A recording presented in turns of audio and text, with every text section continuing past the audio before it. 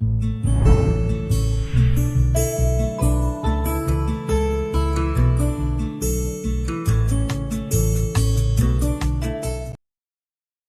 meu amigo, minha amiga, meu irmão, minha irmã, todos bem? Olha, vamos analisar mais um vídeo aqui para a gente ver como é que se posicionam aí a liderança adventista em relação às orientações de um determinado programa que eles fazem e as pessoas mandam uma pergunta e eles respondem, segundo eles, baseado na Bíblia, mas é um sistema cruel, é muito cruel, sabe por quê? Porque assim, a pessoa manda a pergunta, eles respondem e a pessoa não tem o direito da réplica, da tréplica, de questionar. Eles não têm esse direito, sabe por quê? Porque se tiver esse direito, eles vão ser extremamente colocados num constrangimento muito grande por defender doutrinas que não têm base bíblica, tá certo? Então vamos analisar aqui esse videozinho curtinho e vamos ver qual é a pergunta e qual é a resposta que eles deram, tá bom? Vamos lá, vamos prestar atenção. Fiz o pedido do DVD Respostas e agora quero muito guardar o sábado, mas tenho a seguinte dúvida. Se eu preciso ir de ônibus à igreja no dia de sábado, a empresa de transporte não está prestando um serviço para mim? E o simples fato de acender a luz no dia de sábado, a companhia elétrica também não está me prestando um serviço? Como proceder nesses casos? Êxodo 20:10 não condena ninguém por trabalhar para nós? Como que a gente... Vamos lá, ele vai passar essa pergunta para um tal professor aí, tá certo? Bom, olha só, realmente a pergunta que a pessoa fez é muito legal mesmo. É, se o mandamento diz: ninguém farás obra nenhuma no dia do sábado, nem tu, nem teu servo, nem ninguém. E também está escrito lá em Êxodo que ninguém deve acender o fogo para cozer o seu alimento ou esquentar o seu alimento. Assim está escrito lá na Bíblia, né? E os adventistas hoje pegam ônibus, pegam táxi, pegam os seus carros, faróis funcionando para que eles possam ir e vir, a eletricidade sendo gerada dentro do templo para colocar projetor, microfone, piano, né? Energia elétrica. Mas o fato aqui é pegar o ônibus e acender fogo ou luz no dia de sábado. Vamos ver qual vai ser a resposta aí desse tal professor. Vamos lá. Lembrando, né, que as imagens serão conservadas, eu não vou colocar a imagem por causa dos direitos e se a lei é assim, eu sigo a lei, tá bom? Vamos lá. A gente pode explicar essas situações, professor?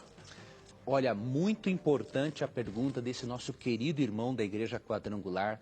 Irmão, parabéns por você ter o teu coração sincero e disposto a fazer a vontade de Deus. Você vai perceber que a observância do sábado vai ajudar e muito na sua comunhão com Cristo, o único que pode nos salvar do pecado e da morte eterna. Bom, veja que antes dele responder, ele já vem lá com um chavão. Olha, a única maneira de você ser fiel e ter comunhão com Deus, com Cristo, seja quem for e que estiver ali, né, falando, é guardando o dia de sábado. Não é eu amando o meu semelhante e respeitando o meu semelhante. Não. Eu primeiro guardo o sábado e depois o resto, se der, eu faço. Vamos lá, vamos continuar. Veja, quando o Êxodo 35, verso 3, dizia para o povo de Israel o seguinte, ó: nem sequer acendam fogo em nenhuma de suas casas no dia de sábado, temos que entender o contexto histórico, cultural no qual eles viviam, as condições nas quais eles viviam. Ah, bom, então agora, por conveniência, então esse tal professor ele diz assim, ó, tem que ver o texto, o contexto, a situação cultural onde eles moravam e tal. Ah, tá, entendi. Agora, para quando a gente leva os adventistas, olha, quem é que escreveu para guardar o sábado?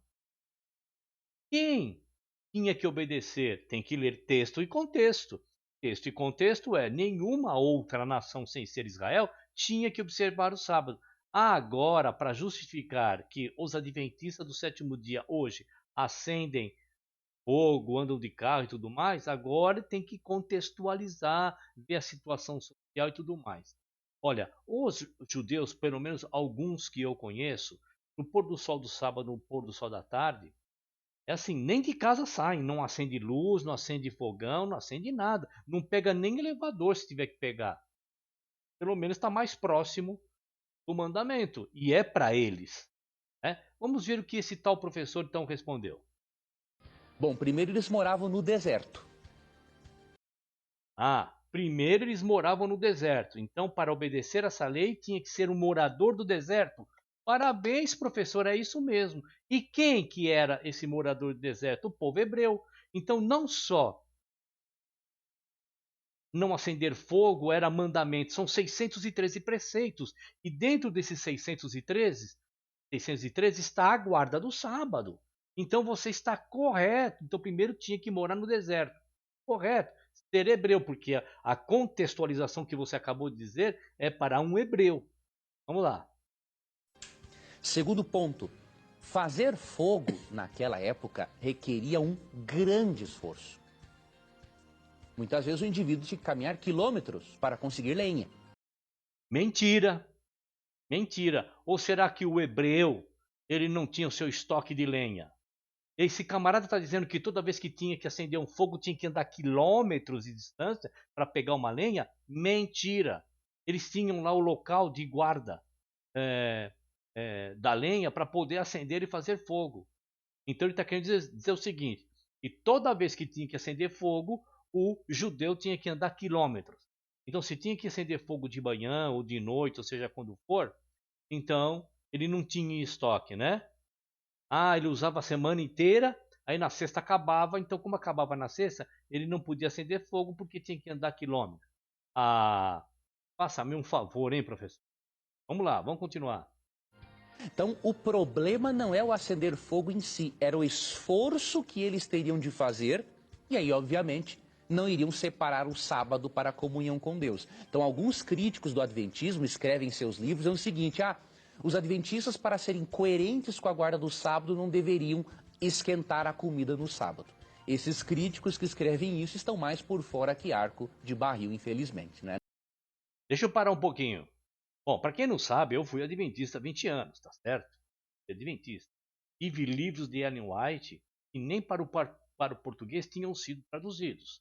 Olha, Ellen, para você ver como depende da conveniência, eles trazem Ellen White e dependendo eles não trazem. Ellen White diz exatamente o que está escrito ali, o que ele acabou de condenar, né, as pessoas que estão mais por fora do que aro de barril, não sei o quê. Ellen White diz que no dia do sábado nem esquentar a comida deveria. Mas agora não é conveniente para eles, né? Então eles nem trazem Ellen White agora. Vamos lá, vamos ver. Não compreenderam o contexto do versículo bíblico. Hoje, por exemplo, o ideal era que você e eu não precisássemos de um transporte de ônibus para ir à igreja. O ideal é que existisse uma igreja em cada rua. Tá de brincadeira, né, o professor? O ideal seria que tivesse uma igreja em cada rua, uma empresa em cada rua. Parecido com isso tem boteco. Boteco tem quase em toda a rua. Se não tem na rua onde a pessoa mora, ela vira esquina, tem um boteco. Poxa vida, hein, professor? Que crueldade que você faz para responder essa pessoa que fez essa pergunta. O ideal era ter uma igreja em cada rua. Onde está escrito isso na Bíblia? O ideal para aquele que segue o Cristo era construir uma igreja em cada rua e fazer parte dessa igreja. Lamentável, né? Vamos lá. Só que no mundo de pecado, nem sempre, querido irmão, conseguimos viver o ideal de Deus. O ideal de Deus é ter uma igreja em cada rua, hein? Olha o que esse homem está falando. Muitas vezes no mundo de pecado, você e eu temos que escolher dos males o menor. Olha, muitas vezes, olha só o que esse homem está falando para justificar a quebra do sábado. Muitas vezes, nós temos que escolher dos males o menor. Olha a orientação que ele vai dar. Vamos lá. E qual é dos males o menor? Não pego um ônibus e não vou à igreja ao sábado? Ou pego um ônibus e vou à igreja aos sábados? eu não pego ônibus e não vou na igreja aos sábados, oferta, dízimo, pacto, ou eu pego o ônibus e vou à igreja, oferta, dízimo e pacto. Vamos ver qual é a orientação que ele vai dar. Porque segundo a Bíblia, segundo o que ele está acabando de ler, e agora ele está trazendo para os adventistas, não deveriam sair de casa. Vamos ver o que ele vai, qual vai ser a orientação que ele vai dar. Vou para a igreja, levo os meus dízimos, oferta e pacto, ou fico em casa e não levo os dízimos, oferta e pacto? Você já sabe, né? Eu também. Eu tenho que escolher dos males o menor. Pego um ônibus e vou à igreja aos sábados. É muita cara de pau, né? Então, o ideal de Deus é que tivesse uma igreja em cada rua. Já que não tem, dos pecados vamos cometer o menor pecado. Qual é o menor pecado? Quebrar o sábado. Então pode quebrar o sábado. Aí para a igreja. Agora, para ajudar um vizinho ou fazer algo com o seu filho dentro de casa, ajudar numa matéria que no final de semana precisa. Não, aí é quebrar o sábado. Claro. O que isso nos mostra, meu irmão? Duas coisas. Primeiro, que mesmo estando num mundo em que não conseguimos viver o ideal de Deus 100%, isso não significa que vamos aí nos entregarmos ao pecado e viver de qualquer jeito. Temos que dar o nosso melhor dentro do contexto em que nós estamos. E o segundo ensinamento que recebemos é o seguinte, que mesmo o sábado sendo um memorial do Deus Criador, ele não é um meio de salvação. Na verdade, nenhum dos 10 mandamentos pode nos salvar, por quê? Mais uma mentira dele, porque ele não traz à tona agora o que a profetisa dele diz sobre o sábado. A profetisa dele diz assim, ó: guardar o dia de sábado importa em salvação eterna. Ele está mentindo, porque ele sabe que Ellen White escreveu isso. Só que para responder para essa pessoa, olha, quebra aqui, quebra ali e tal, porque o sábado não é para a salvação de ninguém. E não é mesmo. Só que para eles é sim. Só que agora não é conveniente trazer à tona isso. Né? Que a guarda do sábado importa em salvação eterna. Mas agora, não. Vamos lá. Vamos dar o jeitinho. A nossa natureza é contra esses mandamentos. Esses mandamentos precisam fazer parte da nossa vida como resultado de uma atuação direta do Espírito Santo no nosso interior. Então ele diz assim, ó, que ninguém consegue guardar esses mandamentos. É óbvio que não. Aí, como ele disse, nós temos que contextualizar. Foi para uma época determinada, para um povo determinado, e agora, com a vinda do Cristo, e ele nos dando um novo mandamento, vivemos debaixo do novo mandamento, aqueles que são seguidores de Cristo. Né? Então ele está dizendo que nós temos que, dos males, o menor. Né? Por isso que Hebreus 8:10 afirma que o propósito de Deus é escrever essas leis no nosso coração. Processo esse que levará a vida toda.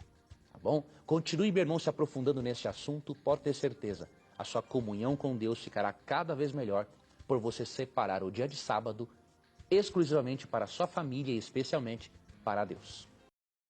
Outra mentira. Separar o dia de sábado para Deus e para a sua família. Mentira.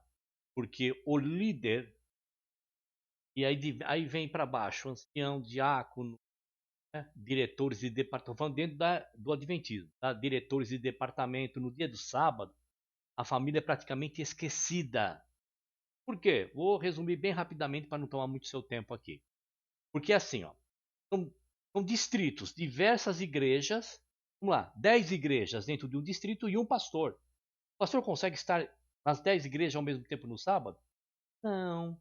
Então o que ele faz? Ele delega atividades, tarefas para os anciões, diáconos, diaconisas, diretores de departamento. Eles ficam o dia inteiro, chega em casa, vai almoçar e volta para dar continuidade na programação do dia de sábado.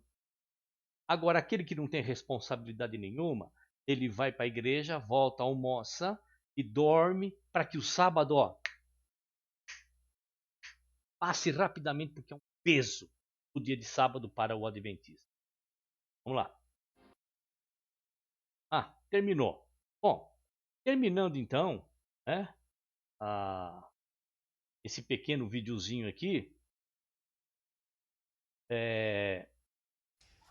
Bom Só um dia, minutinho, deixa eu só Oi, zerar cara, aqui. bom dia. Zerei. Por favor.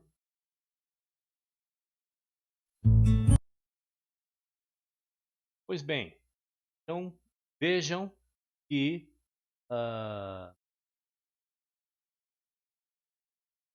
o líder adventista aqui, mais um líder, é outro líder aqui. Ele, para responder de uma maneira que é cruel, que é desonesta, por exemplo, se sou eu que faço essa pergunta e ele responde isso, a pessoa não consegue voltar. E fica a resposta dele como uma verdade absoluta. Tá certo? Bom, eu vou pegar alguns videozinhos de hoje em diante, dar uma analisada com vocês e a gente vai vendo aí o que a gente vai fazendo. Tá bom? Então um abraço a todos aí e até o próximo vídeo.